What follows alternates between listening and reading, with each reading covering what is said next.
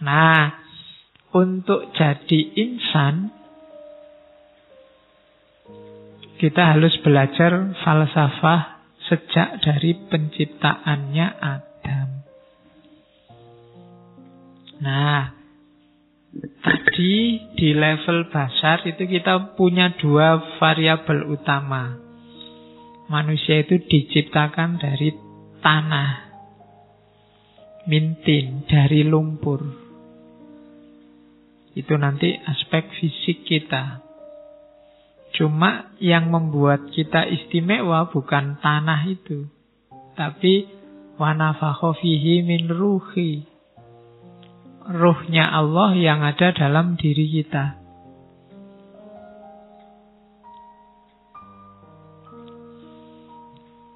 Jadi pelajaran dari Nabi Adam yang pertama adalah kita dari tanah dan diberi roh ilahi.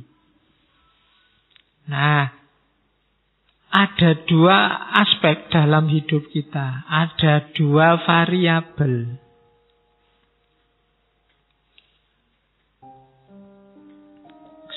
Di level basar saya bilang tadi, kita ini netral, tidak ngapa-ngapain. Begitu kita memanifestasikan potensi kita, nanti akan kelihatan gerakan kita itu progresif apa regresif. Progresif itu berarti kita bergerak menuju roh ilahi tadi. Ilaihi roji'un.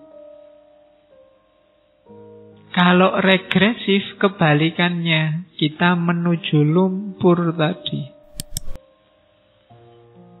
Kita jadi asfala safilin. Kalau bahasa Al-Qur'annya. Asfala safilin itu lebih rendah dari yang paling rendah. Kalau kita orientasinya ke tanah itu kan adanya di bawah.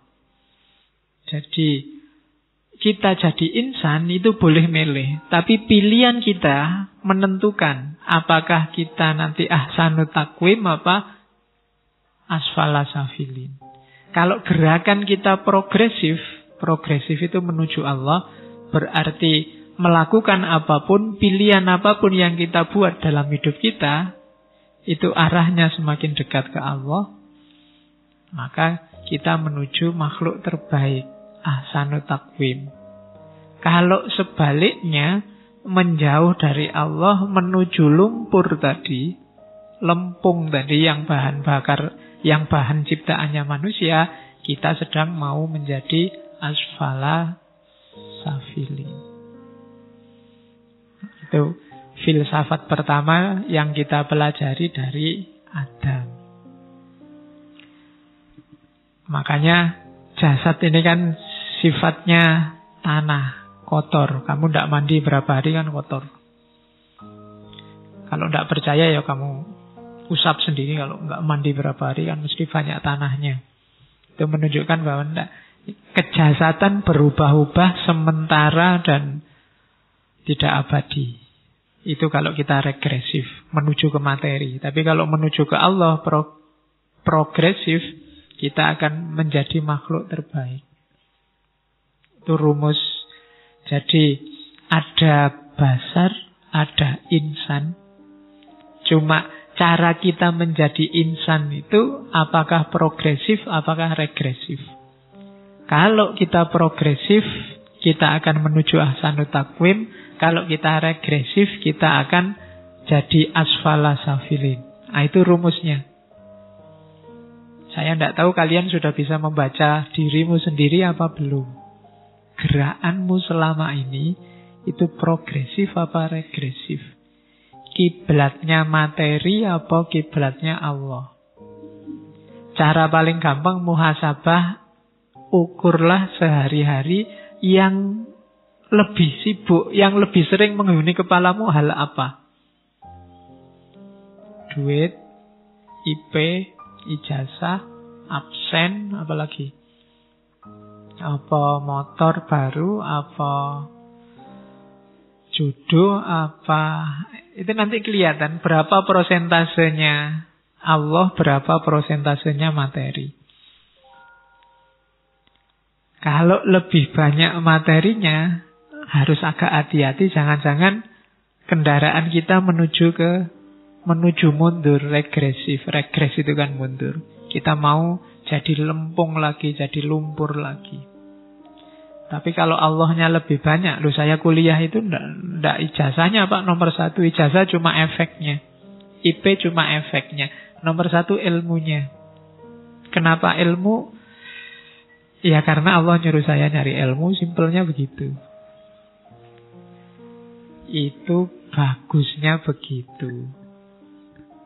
Cuma kan nanti kelihatan apakah ijazah dan nilai itu posisinya di pinggir apa di tengah, kamu sendiri yang ngerti kalau kamu jujur.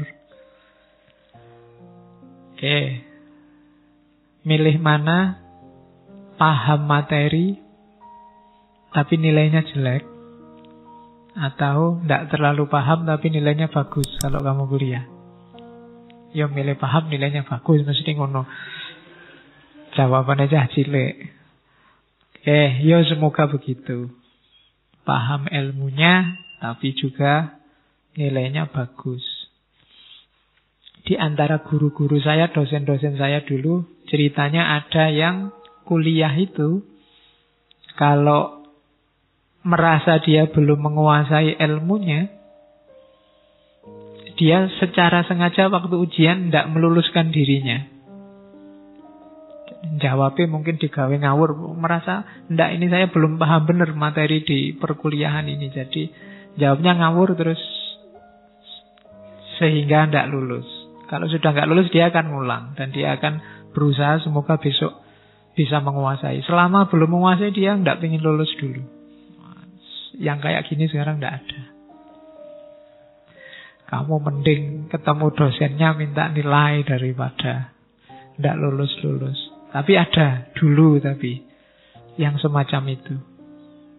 Ya kalau kamu tidak lulus ya panjangnya memang tidak mungkin lulus. Tapi ada orang tertentu yang targetnya memang ilmu. Belum puas sama dosen itu. Nah, jadi besok kalau kamu ditanya, kok ngulang lagi Mas? Saya belum puas Pak sama Bapak. Saya masih pengen ilmunya Bapak lagi gitu. Dosennya pengen seneng. Oke. Itu falsafahnya Adam yang pertama. Falsafah ciptaan yang kedua adalah ketika Allah wa 'allama Adamal asma'a kullaha. Ini petunjuk bahwa biar kamu tidak salah pilih, biar gerakanmu tidak regresif tapi progresif, kuncinya ilmu. Adam dibekali oleh Allah dengan ilmu. Wa 'allama Adamal asma'a kullaha.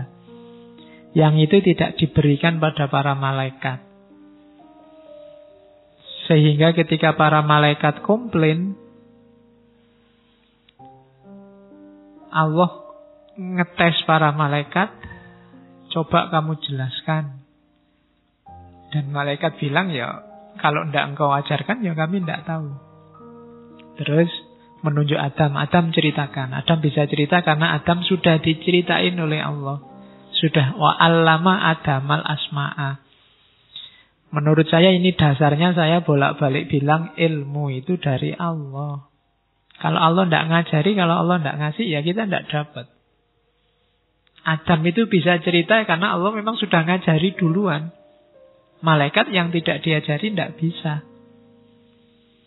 Nah, keunggulan Adam dengan asma, dengan ilmunya inilah yang membuat malaikat terus diperintahkan untuk bersujud. Jadi, sujudnya para malaikat menunjukkan keunggulan makhluk yang namanya manusia. Itulah humanisme, katanya Ali Syariati. Dan kuncinya ada di mana? Kuncinya ada di ilmu. Tadi wa 'allama Adamal asma'a kullaha.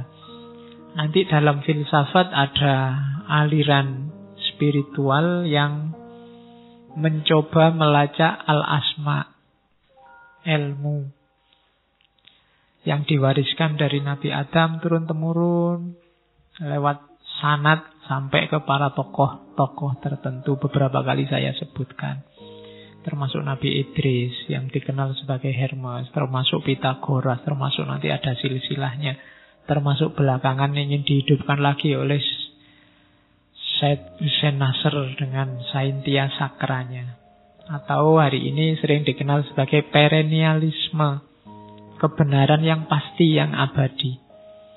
Yang itulah dulu al-asma'u kullaha. Katanya begitu. Tapi yang jelas pelajaran dari falsafah penciptaan Adam adalah bashar dan insan tadi, biar insannya ahsanut takwim, modalnya ilmu, gerakannya progresif. Terus, maka perjalanan hidup manusia itu dari being menjadi becoming. Kamu sesuatu, kayak lagunya Syahrini itu, sesuatu kamu itu. Cuma jangan berhenti di sesuatu.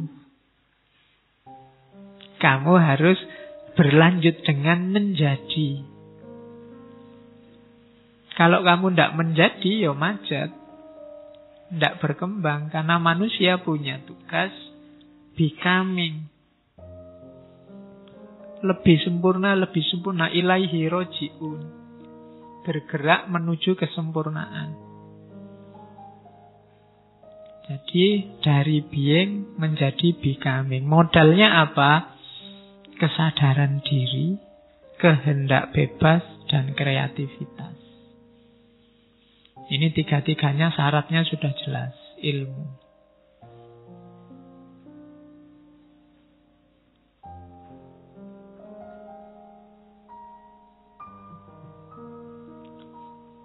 Kesadaran diri itu kamu paham posisimu, peran sejarahmu, kondisi hakikat sosial individualmu.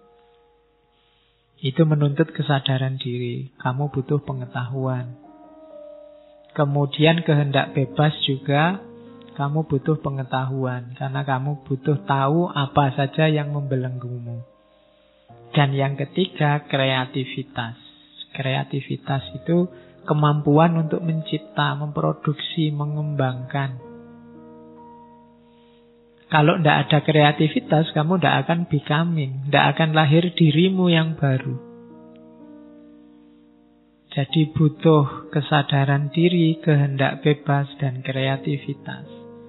Dan itulah bekal sebenarnya yang harus kita miliki untuk becoming. Dengan 3 bekal inilah kita nanti jadi khalifah di muka bumi. Itulah tantangannya Allah pada kita. Jadi dari being menjadi becoming. Kita diundang oleh Allah untuk berubah dan mengubah. Jadi untuk jadi semakin baik dan membuat dunia ini semakin baik. Itu tugas kita. Caranya kenali dirimu, bebaskan dirimu, dan kreatiflah. Nah, itu modal-modalnya. Jadi ilmu tadi berarti kita pakai sebagai bekal untuk berubah ke arah yang lebih baik. Itulah progres tadi.